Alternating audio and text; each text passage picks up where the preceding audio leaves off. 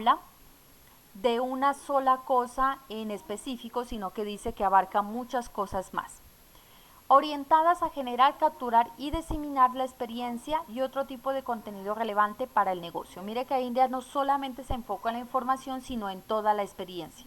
Cómo las personas, por ejemplo, entran a ver cierto contenido, cuánto tiempo lo miran, toda esa información, toda esa experiencia que llevan las personas con la interacción del internet, también se va capturando. Entonces hay que tener en cuenta eso. No solo es la información que la gente comparte, sino también lo que ellos dicen. Entonces, si nos vamos a una página en un periódico, entonces ellos ven cuántas veces o cuántas personas entran a revisar cierto artículo, y si ese artículo las personas le dan me gusta o le dan compartir en Facebook, en Twitter, todo eso se va recolectando y se va procesando. ¿Para qué? Para saber cuáles son las preferencias de los clientes y para darles lo que quieren, ¿sí? Para ir orientándose hacia esa parte.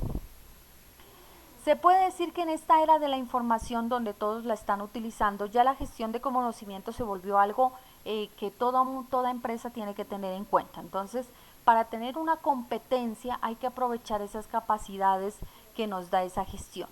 Y eso se hace con un complemento, no solamente es la parte tecnológica, no solo esa capacidad de procesar en la información, sino también se necesita de los empleados que tienen la capacidad para interpretar esa información.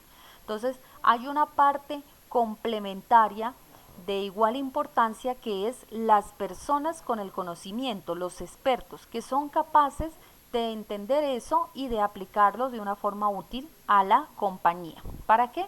Para la toma de decisiones. Todo esto está orientado hacia la toma de decisiones. Cómo la empresa puede lanzar un nuevo producto, cómo puede hacer para que su producto llegue a nuevos mercados, cómo hacer para que las ventas suban. Todo eso, ese tipo de decisiones que van orientadas a apoyar esas nuevas estrategias, son las que se tienen en cuenta para la gestión del conocimiento. Bueno, si bien esa parte de las personas con ese profesionalismo que saben entender la información es vital, también la tecnología. Entonces, si la empresa no cuenta con esa capacidad de procesamiento, de almacenamiento, de internet, pues tampoco va a poder realizar esta parte. Entonces, sí, si bien no lo es todo, tener una buena tecnología, una base tecnológica es fundamental para la gestión del conocimiento. Entonces, como experiencia, hacer minería de datos o extracción de conocimiento de grandes volúmenes de información requiere de muy buenos equipos, o sea, eso no lo hace cualquier equipo. Entonces es necesario tener buenos servidores o tener un contrato en la nube para poder adquirir la capacidad de procesamiento y de almacenamiento que requiere esta parte. Bueno, podemos decir que las áreas del conocimiento donde se enfoca esta nueva concepto son 4. Primero, análisis y planificación empresarial. Como les decía, entonces las personas utilizan gestión de conocimiento para saber cuáles son las tendencias del mercado, para yo planificar mis nuevos productos, mejorar la producción, mejorar la aceptación de los clientes, bueno, todo lo demás. Diseño y desarrollo de productos. Entonces, si yo quiero lanzar un nuevo producto al mercado, puedo tener en cuenta cuáles son las tendencias, qué le gusta a la gente ahora. Entonces hago una minería de datos, miro qué color le gusta, qué sabor le gusta, qué presentación, qué tipo de publicidad, y diseño y desarrollo de ese nuevo producto basado en esto. Servicios de atención al cliente. Bueno, los servicios de atención al cliente requieren que las personas que lo usan disfruten del servicio y no se vuelva estresante. Muchas veces esa atención al cliente se vuelve una piedra en el zapato en las empresas, porque resulta que la gente no siempre sale contenta. Por lo general, alguien que llama atención al cliente es porque tiene un problema, porque tiene una duda o porque tiene una queja. Entonces hay que saber tratar a esas personas. Y aquí puede ser muy útil esta parte de gestión de conocimiento. Entonces, con eso se puede saber cómo le gusta a las personas que lo atiendan, cómo le gustan que traten sus dudas o sus inquietudes, o qué no les está gustando del proceso para mejorarlo. Entonces, ahí dentro del servicio de atención al cliente es muy útil la gestión del conocimiento. En la cuarta área está la administración, formación y educación de los empleados. ¿Cómo hacer para que mis empleados avancen en toda esta parte de tratar a las personas cómo hago para que ellos avancen en la producción, en sus trabajos, cada uno, cómo los puedo mejorar, cómo puede hacer la educación de una forma que les pueda llegar y que sea efectiva. Entonces ahí también se puede tratar toda la parte de gestión del conocimiento. Entonces es un concepto muy amplio, es nuevo, es bastante nuevo esta parte, requiere de personal capacitado y de muy buena capacidad de software y de hardware. Eso podemos decir de la parte de gestión del conocimiento.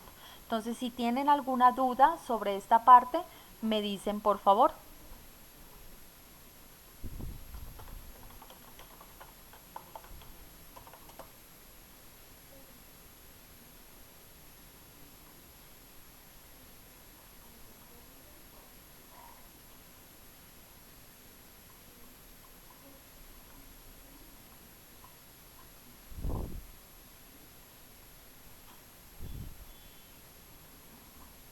Bueno, entonces, el siguiente concepto que vamos a ver es maquila. Les comento que siempre han tenido un poco de confusión otros estudiantes a los que les he explicado este concepto. Se confunden a veces, la confunden a maquila con alianzas estratégicas y resulta que las dos son distintas. ¿En qué son diferentes? Entonces, empecemos por eso. Ya vimos que la alianza estratégica, dos empresas llegan a un común acuerdo para eh, surgir mejor en el mercado, para tener una ventaja competitiva. Aquí Maquila es diferente. Maquila es un sistema de subcontratación donde siempre hay una empresa internacional y otra empresa que es del país. Entonces, esa empresa internacional, esa empresa externa se llama maquiladora.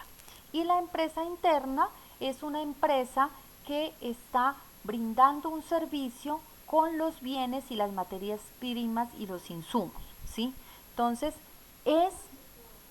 no es una alianza estratégica, o sí se puede decir que sí, pero que tiene unas características especiales. En ese caso, la característica especial es que hay una empresa internacional y una nacional. Y lo que se importa o lo que se relaciona la una con la otra es las materias primas e insumos. Entonces, en la imagen que ustedes ven ahí, ven una de las cosas con las que comúnmente se aplica el mecanismo, este concepto de maquila, y es con la parte de los textiles. Entonces hay una empresa internacional, importa los materiales, realiza las telas dentro de la empresa local y luego vuelve a sacar ese insumo, esa materia prima a otra parte. Entonces entra la materia prima al país para que esa empresa local le dé un valor y luego la vuelve a exportar. Entonces eso se trata maquila. Maquila es un sistema de subcontratación. Entonces, dentro del plano internacional, se puede decir que esta maquila es producto de 4 factores es consecuencia de 4 cosas que se están dando a nivel nacional. Primero, la globalización. Entonces, si en el país no se ha aceptado, no se ha adaptado el proceso de globalización, muy difícilmente se aplicará maquila. En este caso Colombia sí ha adaptado mucho globalización, mira que hay TLC y todo eso, y entonces sí se da este tipo de conceptos. Otro concepto que se tiene que dar es el desarrollo tecnológico. Entonces los procesos productivos no fueran posibles a dividirlos en una empresa que está en otro país si no tuviéramos ese avance tecnológico que tenemos para las entregas, para todo el procesamiento de información en línea, para la economía en escala. O sea, todo eso es gracias al desarrollo tecnológico. Hace mucho tiempo, cuando la mercancía viajaba en barco y se demoraba meses en llegar de una parte a otra, pues las empresas no adaptaban este tipo de conceptos porque el tiempo de envío y de otra vez recuperar la materia prima era muy alto. Entonces, esa no es la idea. Entonces, el avance tecnológico es una de las razones por las que se da este nuevo fenómeno de maquila.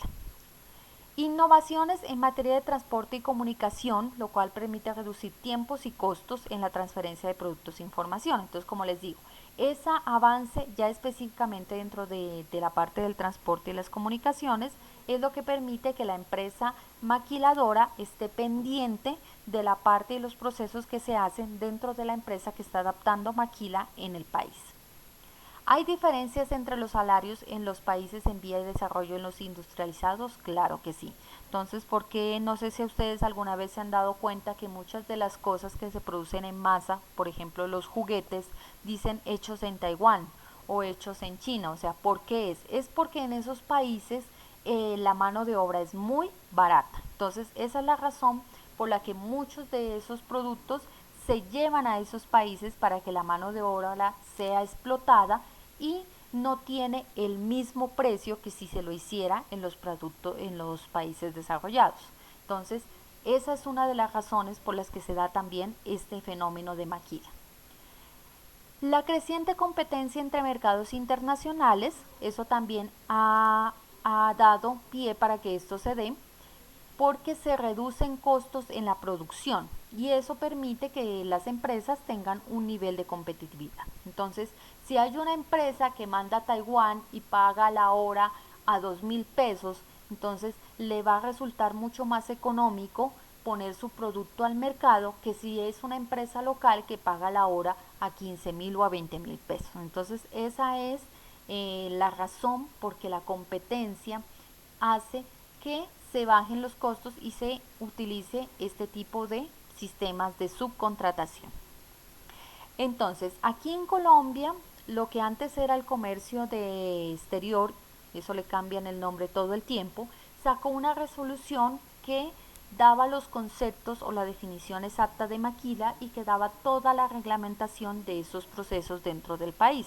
Entonces, veamos estos conceptos. Aquí dentro dice que maquiladora es la persona aduanera ubicada en el territorio nacional que dentro de su objetivo nacional tiene la posibilidad de importar temporalmente al país materias primas e insumos para su ensamblaje con destino exclusivo de la exportación. Entonces, mire que ahí da esas características que yo les decía. Dentro del país hay una empresa que recibe esas materias primas y esos insumos, les agrega un valor y los vuelve a exportar. Entonces, si es una empresa que trae materias primas e insumos, les agrega un valor y los vende dentro del mismo país, eso ya no es maquila, ¿sí? Para que sea maquila, esas materias primas, esos insumos, vuelven a salir del país y no se quedan en el país. Entonces, la diferencia entre maquila, alianzas estratégicas y la otra que es franquicia, ¿no? Entonces, a veces tienden a confundir a los estudiantes entre esos tres, pero maquila tiene esas características y ahí las pueden diferenciar. Operación de maquila. Entonces también nos dice que la operación de maquila es el proceso de adicionar algún valor a través de la producción, mezcla, combinación, elaboración, transformación, reparación, reconstrucción a materias primas. Entonces ahí dice, también especifica qué procesos se les puede hacer esas materias primas para considerarlo que hacen parte de una operación de maquila. Entonces dice, se puede hacer una producción de una nueva materia prima basada en lo que va ingresando. El ejemplo de la fotografía, ingresaban hilos y se creaban telas. Entonces allí se ha hecho un proceso de producción. Pero la tela tampoco es un producto terminado, es una materia prima para otro proceso productivo. Mezclas, entonces puede haber algún tipo de mezcla de materiales, alguna combinación, bueno, todos esos procesos que están ahí que ya los habíamos nombrado. Uno de los países donde más se ha dado ese fenómeno, sobre todo aquí en América Latina, es México. Y entonces allí se han desarrollado, se han descrito tres tipos distintos de maquila. El primero es stand-alone, donde la empresa extranjera tiene un control total de todos los equipos. Entonces la empresa extranjera viene, monta su maquinaria, hace el control de equipos de toda la empresa nacional. Ellos son los que controlan todo. Hay otro de contrato y subcontratación, donde la empresa extranjera contrata a la firma local para que maneje las operaciones, o sea, la firma local se encarga de montar el edificio, de contratar a las personas, pero la alta gerencia sigue siendo de esa empresa extranjera. Entonces, el gerente es de allá, de la otra empresa. Y existe la última forma de maquila, donde todo el proceso, tanto de administración como de materia prima, de mano de obra y de infraestructura, son completamente locales. Entonces, ellos solamente reciben la mercancía y la vuelven a enviar y todo el proceso es completamente hecho por personas del país. Entonces, este es el concepto de maquila. Por favor, les vuelvo a preguntar, ¿les queda claro maquila o si tienen alguna pregunta? Está claro, profe, gracias. Bueno, muchas gracias. Bueno, entonces, ¿sí? ¿Escucho? ¿Tienen alguna duda?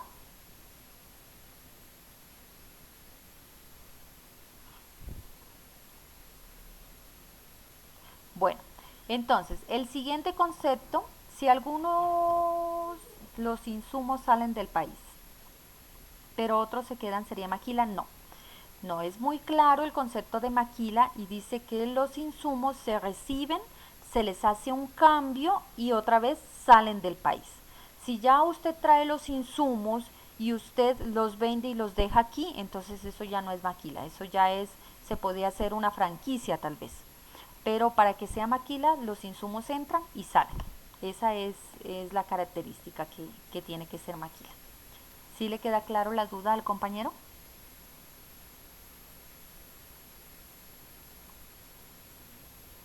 Muy bien. Bueno, entonces, como les decía, el otro concepto que vamos a ver es el concepto de justo a tiempo.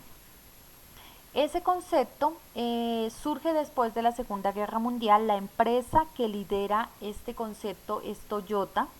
Esa empresa fue la que fundó este concepto de justo al tiempo y funciona o se basa en unas formas muy específicas de cómo se debe hacer la fabricación de una forma correcta, cómo se debería hacer los negocios con los clientes y con los proveedores. ¿Para qué? Se busca el concepto de eficiencia y de efectividad en el producir el mínimo número de unidades en la menor cantidad del tiempo posible y en el último tiempo posible, eliminando todo lo que implique desperdicio. Entonces ellos definen claramente qué es el desperdicio y van a tratar de eliminarlo como sea posible.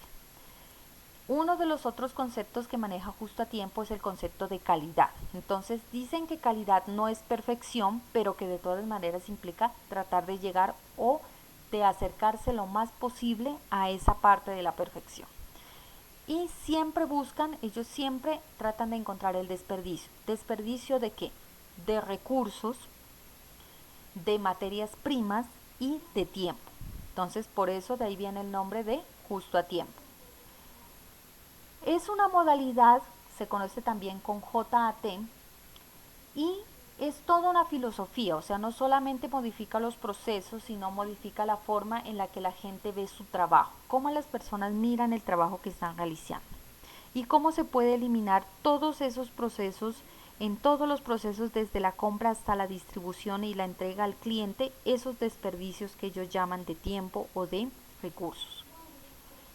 Se basa en dos premisas, ¿cuáles son? Una, el valor agregado. Entonces dice que solamente si una actividad entrega un valor agregado a la compañía se realiza.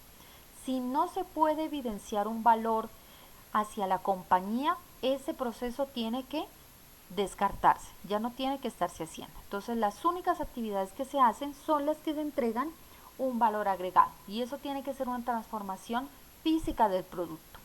Tiene que haber una evidencia que el producto cambia de alguna forma para que se considere una actividad que se deba hacer. Y el otro concepto que tiene es el de desperdicio, como les decía. Todo lo que sea distinto a los recursos mínimos que se necesiten, todo eso se considera desperdicio, sea de materiales, de máquina o de mano de obra. Si no agrega producto a lo que se está haciendo, eso es un desperdicio. Entonces, hay tres elementos que se consideran dentro de este justo al tiempo. Está primero disminución del desperdicio, el concepto de calidad y la de técnicas de flujo que hay dentro de la empresa. Entonces, el primero es como la esencia de este concepto y es la disminución del desperdicio. Ahí hay una parte que dice calidad de la fuente, donde dice que se debe garantizar que todo esté bien desde el principio, no esperar a la revisión del producto y mucho menos a la garantía. Si algo ya sale mal de la empresa, eso ya se considera algo de mala calidad. Entonces, muy estrictos con ese concepto de calidad. Muchas empresas le apuntan es a la garantía. Entonces le dan de garantía de 1 año al cliente porque saben que de vez en cuando algún producto que sale de su compañía va a fallar. Entonces ellos lo cubren con la garantía. Pero, ¿qué dice este concepto de justo a tiempo? Dice, si usted hace eso y ese cliente recibe ese producto y ve que el producto le falla, aunque él cobre la garantía y recupera un nuevo producto, él ya va a tener una mala experiencia acerca de la empresa y acerca del producto.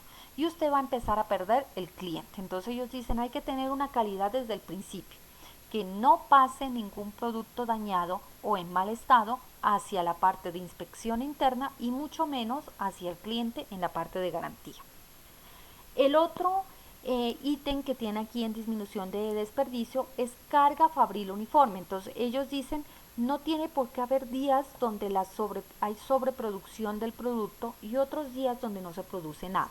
Entonces dice, hay que tratar de mantener un equilibrio, que todos los días haya un mismo ciclo de producción y que todos los días haya una misma frecuencia de producción. Entonces se trata de equilibrar las cargas.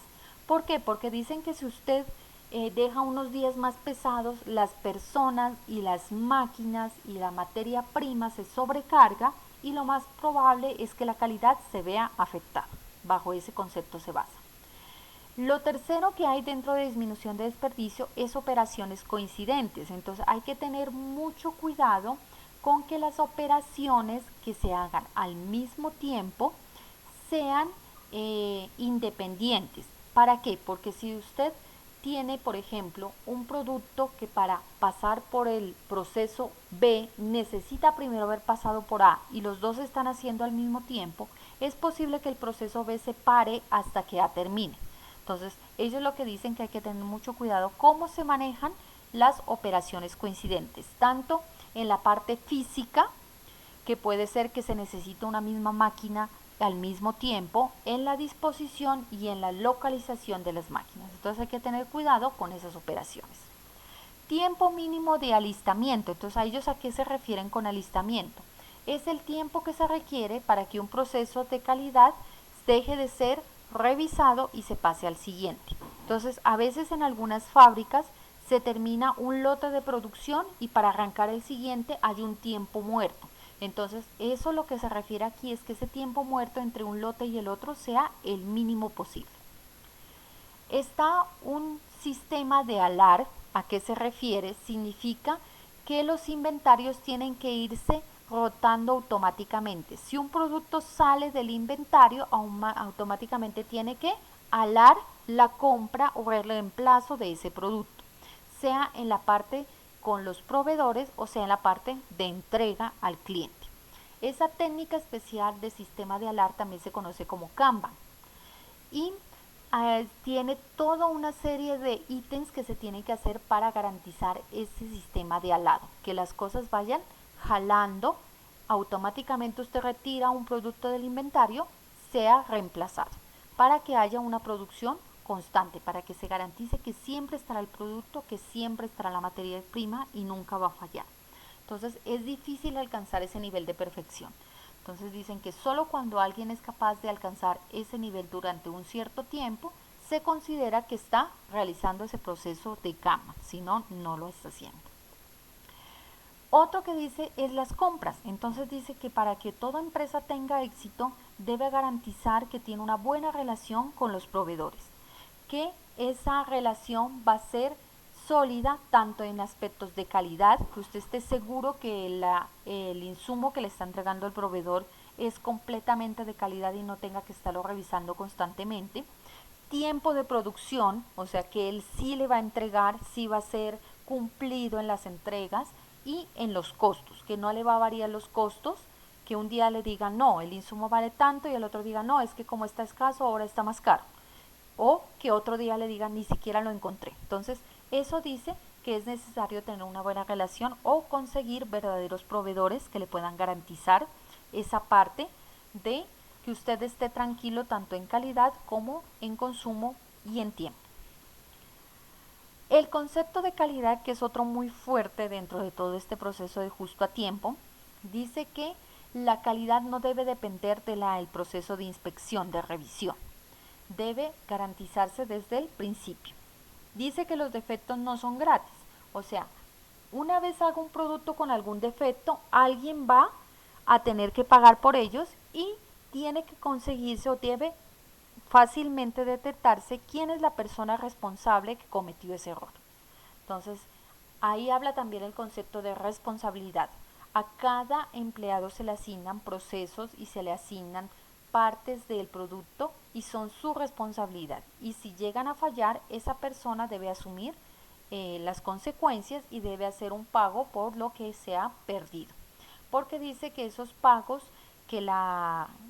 esos errores que se cometen, la empresa los paga tarde o temprano. ¿Cómo se inicia ese proceso de calidad? Entonces se inicia desde una buena comunicación con los empleados. Los empleados deben ser capaces o deben de estar conscientes de todo lo que tiene que ver con la organización, con su misión, con su visión, con sus proyectos, con los tiempos de entrega. Todo eso debe ser consciente los empleados. Y también deben conocer cómo se realizan los procesos y cómo su aporte al proceso afecta a todo el proceso global y a toda la organización. Entonces, cuando usted tiene empleados que son conscientes y responsables de lo que acae sobre ellos, pues las personas trabajan con mayor calidad. El otro concepto que se maneja aquí en Justo a Tiempo es técnicas de flujo. Entonces, es una secuencia de hechos y operaciones que deben tener un equilibrio. Entonces, ellos siempre hablan que todo debe fluir muy rápidamente, no se debe estancar en ningún proceso, no se debe estancar en ninguna parte de la realización de un producto y usted permite tener una sincronización, que el manejo de los proveedores le traigan a tiempo los insumos para que la parte de producción los tenga en el momento adecuado y que producción entregue el producto a tiempo para que ventas lo pueda entregar a los clientes. Entonces es una sincronización, un flujo que debe ser constante como un río, o sea, en ninguna parte debe pararse. Se debe de incluir dentro de esa técnica de flujo que ninguna persona o ninguna parte se haga toda esa parte del desperdicio que ya estaba definido. Entonces, esta parte de aquí es la parte de Justo a Tiempo, es bastante interesante, es toda una propuesta que montó la empresa Toyota y que muchas empresas lo han acoplado. Tanto es así que, por ejemplo, hay algunas partes que de pronto ustedes puedan conocer el concepto de que si el producto llega 15 minutos tarde usted no lo paga, eso hace parte también de Justo a Tiempo. Ahí está esa parte que decía, si alguien comete un error lo paga, el encargado de la entrega, si no es capaz de entregar el producto a tiempo al cliente, el cliente no lo paga, pero lo paga esa persona que tenía que hacer la entrega. Entonces, todo eso está dentro de ese Justo a Tiempo. ¿Tienen alguna duda de este concepto?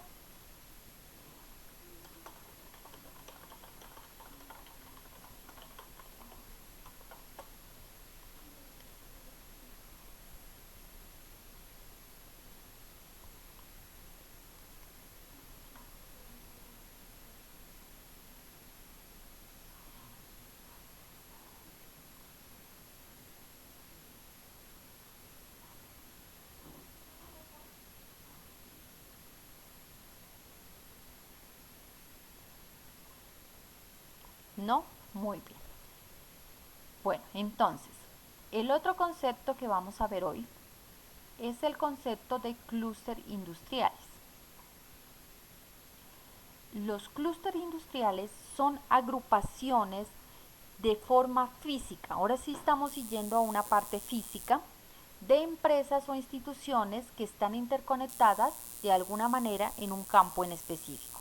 Entonces, habíamos hablado, por ejemplo, de alianzas estratégicas, que es la colaboración de dos empresas, pero esa colaboración podía hacerse de forma distante. O también habíamos hablado de organizaciones virtuales, pero esta es ya directamente desde una forma física. Entonces, un clúster industrial es cuando físicamente las empresas están agrupadas y están interconectadas de alguna forma en un campo determinado. Un ejemplo que se puede dar aquí en Pasto, ustedes pueden ver, por ejemplo, las Américas, están todas las partes de vehículos y hay talleres. Entonces, ahí hay un clúster industrial, ahí hay una agrupación de empresas que están destinadas a un campo que es en esta parte de los vehículos y que geográficamente todas están cercas. Entonces, a eso se refiere esos clústeres. Entonces, la palabra clúster como definición, ¿a qué se refiere? Dice grupo, manojo, enjambre o racimo.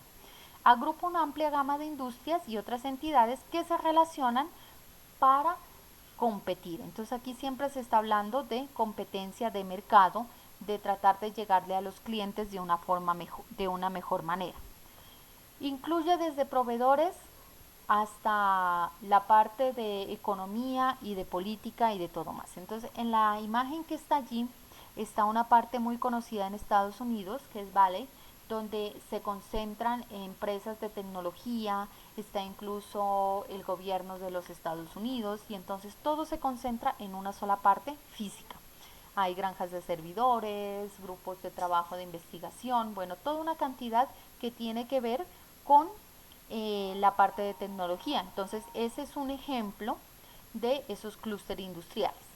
Allá las cosas son un poco más en grande, aquí es una calle, pero bueno, a eso se refieren los clústeres. Pueden incluir, como les decía, organismos gubernamentales, entonces pueden haber las partes del gobierno que tienen que ver con esto. Dentro de esa parte, recuerden que es geográfica. Otras instituciones como universidades, entonces allá en Estados Unidos, en Valley sí se da esa, está el gobierno, están algunas universidades, algunos centros de estudio, proveedores de capacitación, asociaciones de comercio. Bueno, aquí puede ser que haya un poco menos esta parte de que todo esté junto, tanto en educación, con entretenimiento, información, investigación y técnico, pero sí se dan algunos clústeres un poco más pequeños. ¿Cuál es el objetivo? ¿Por qué se crean estas agrupaciones geográficas? Una, pues porque entonces, como toda la cadena de producción está cerca, tengo a los proveedores, tengo a la parte gubernamental, tengo a los estudiantes, todos están cerca, entonces eso reduce el tiempo de transporte de las mercancías, de los insumos, de las personas que trabajan dentro de las compañías. Entonces hay una ventaja de disminución del tiempo. Pero también hay otras cosas que resuelven, como el aumento de la productividad de las empresas, porque todas están radicadas en una misma zona. Por ejemplo, lo que pasa aquí en Nariño. Entonces, como usted como cliente de un vehículo sabe que todas las empresas que se dedican a entregar autopartes están en esa calle, en las Américas, entonces usted siempre va allí. Entonces, eso hace que todas las empresas que se asociaron o que están ubicadas en ese sector se beneficien de esa parte.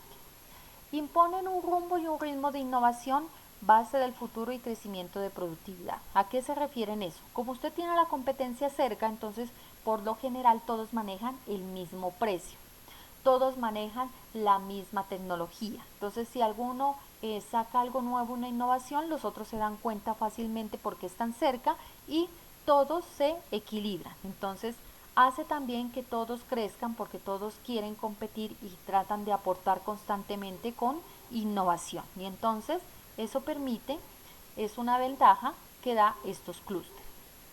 Estimula la formación de nuevas empresas, las cuales expanden y fortalecen el clúster.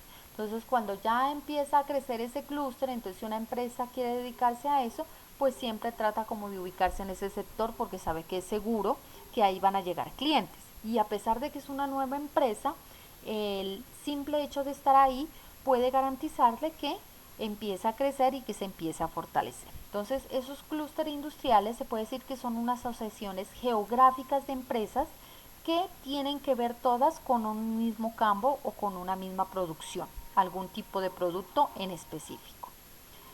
¿Alguna duda hasta ahí de clúster?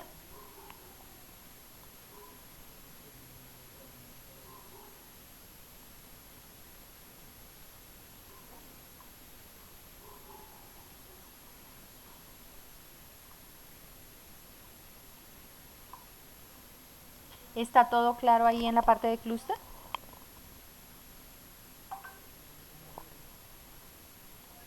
Sí, profe, muchas gracias. Muy bien, gracias. Bajar un poco la diapositiva. Sí, claro, aquí la bajo.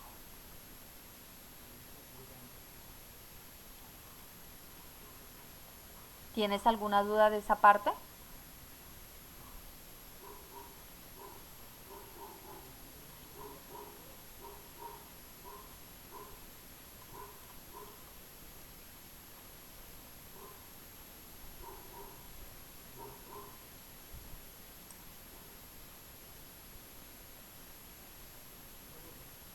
Ah, bueno, listo, no hay ningún problema. Entonces me dicen que no hay ninguna duda, entonces vamos a ver el último concepto que vamos a ver el día de hoy, que es el concepto de la teoría de restricciones.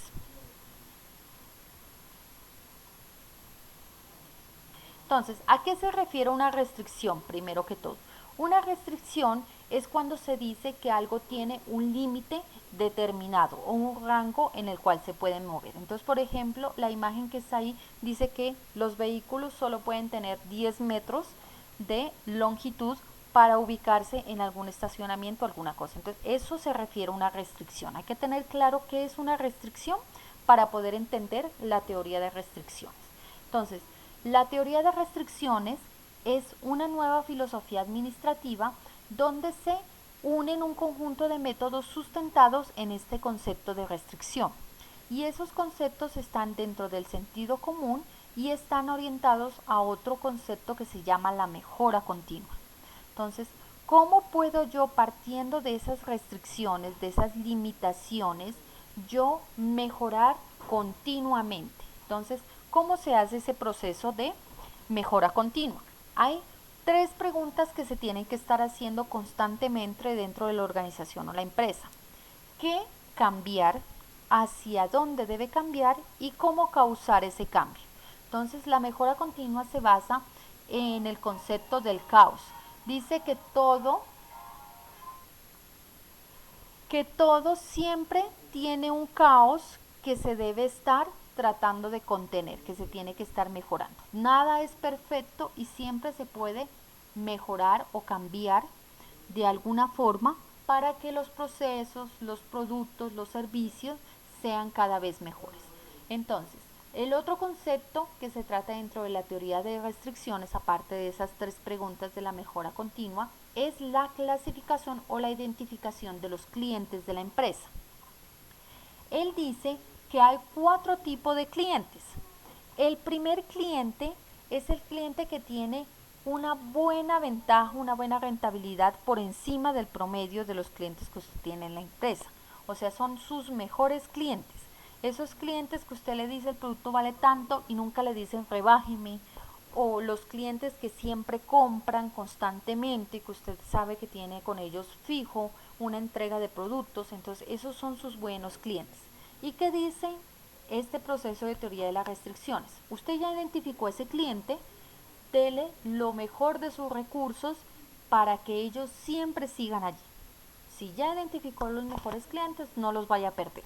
En resumen, eso es lo que dice. El otro tipo de clientes que se puede tener son clientes que tienen sí una ventaja por encima, pero tienen una rentabilidad por debajo del promedio. Entonces son esos clientes que le compran mucho a usted, pero que no gana mucho usted tampoco. Esos que siempre le piden rebaja y usted termina diciéndole, sí, bueno, con tal de que se lleve una docena, yo le rebajo el precio. Pero usted está perdiendo en ganancia con ellos. Entonces, ¿qué se debe hacer con esos clientes que usted identifica? Esos clientes son importantes, no quiere decir que usted los menosprecie, pues es mejor tener clientes del primer tipo. Pero si usted tiene esos clientes, también son clientes muy importantes que usted debe cuidar. ¿Por qué? Porque ellos le ayudan a diluir el gasto, hace que circule el dinero, o sea que el producto vaya saliendo, no se quede estancado, y eso ayuda a los gastos constantes que tienen las empresas. Hay que mantener, o qué hay que hacer con ellos, mantenga un control sobre los recursos que se están invirtiendo. No los pierda, pero tampoco le queme mucha pólvora a ellos, como quien dice. Como dice el dicho, o sea, no le queme tanta pólvora, pero esté pendiente de ellos. No los vaya a perder, que de todas maneras son importantes. Luego vienen los clientes que tienen bajas sus ventas, o sea, que no le compran mucho, pero que sí les gana bastante. O sea, compran poquito, pero cuando le compran, a usted le queda una buena ganancia de ella. Entonces, ¿qué tiene que hacer con ellos?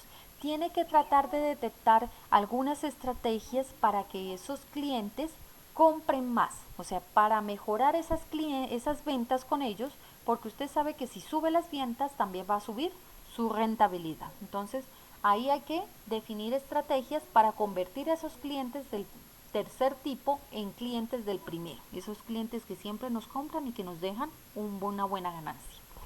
Y luego vienen los clientes tanto con ventas con rentabilidad por debajo del promedio. Entonces ellos son los que permiten que si bien le compran a usted constantemente, pues de todas maneras no le están dejando una buena margen de ganancia. Entonces es mejor no gastar mucho tiempo en ellos y enfocarse en los otros tres grupos de clientes que ya vimos. Entonces no les gaste mucho, tampoco es que vaya a tratar mal al cliente, siempre hay que tratar de convertir esos clientes en buenos clientes, pero no les dedique mucho tiempo, no les invierta muchas estrategias, manténgalos allí, trátelos bien, pero sin dedicarles demasiados recursos, porque es mejor orientar esos recursos hacia los otros tres tipos de clientes que ya vimos.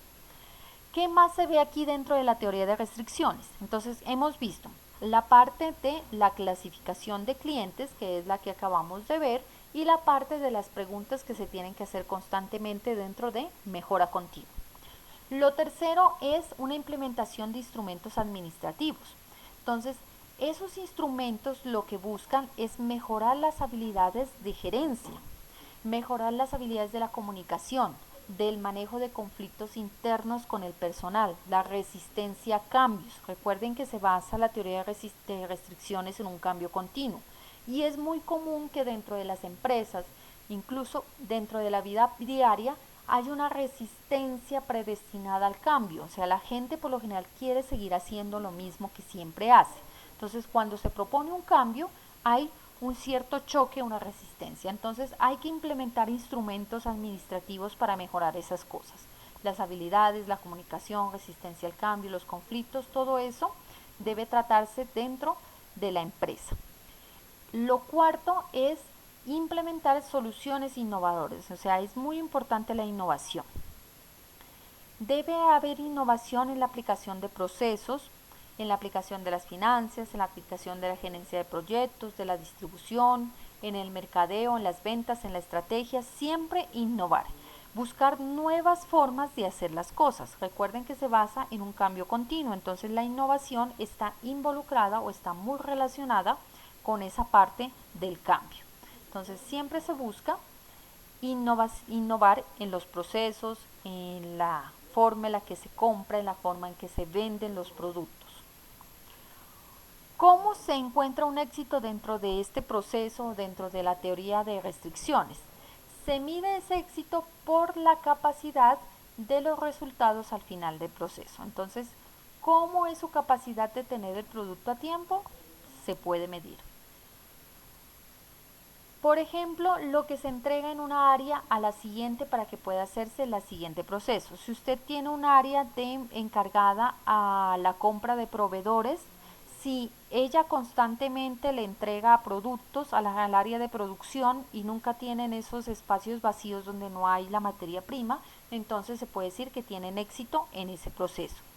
Si por el contrario producción se queda todo un día varado porque la materia prima no llega, porque la otra área no hizo el contrato con el proveedor a tiempo, entonces ahí no hay éxito. Todo se complementa diciendo que el eslabón más débil es el que define la capacidad de toda la empresa. Entonces, esa área que nos frena el proceso hace que toda la empresa se frene. Entonces, hay que tener cuidado, hay que detectar esos eslabones y hay que fortalecerlos para que toda la empresa se fortalezca. Y finalmente nos dice que los procesos de pensamiento son el núcleo fundamental de la teoría. Entonces, esos procesos tienen que ver tanto con el conocimiento como con la comunicación. Todos los empleados deben conocer las partes fundamentales de la empresa y tienen que conocer los procesos que se están desarrollando. Esos procesos de pensamiento también hablan acerca de los problemas, que no pueden tratarse como atenuantes o como aislados. Hay que verlos dentro del marco global de toda la empresa y cómo se relacionan unos con otros. Muchas veces se piensa que los problemas de comunicación o los problemas de resolución de conflictos solamente le pertenecen al área de recursos humanos y resulta que eso afecta a toda la empresa, puede afectar a los procesos de producción, a los procesos de ventas. Entonces hay que entender que todos los problemas hacen parte de un todo y afectan a toda la organización. Es necesario que todas las relaciones dentro de la compañía sean estables, tanto de una forma humana como de una forma profesional, para que toda la empresa pueda funcionar o pueda fluir de la mejor manera. Entonces, esta es la parte del último concepto que vamos a ver el día de hoy, que es la teoría de restricciones. ¿Tienen alguna pregunta?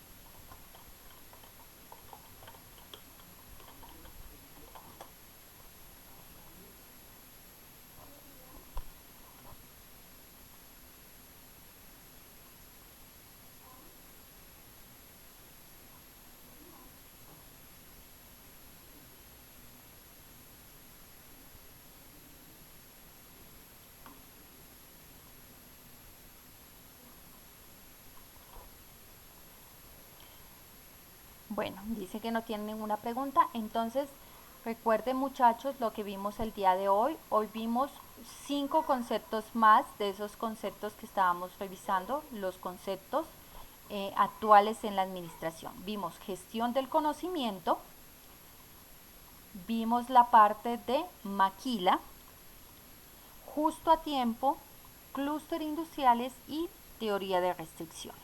Entonces, eso es lo que vamos a ver hoy. Nos quedan por ver 5 conceptos, los últimos 5 conceptos, y de ahí ya terminaríamos toda esta parte. Entonces, ¿tienen alguna pregunta del tema que hemos tratado hoy?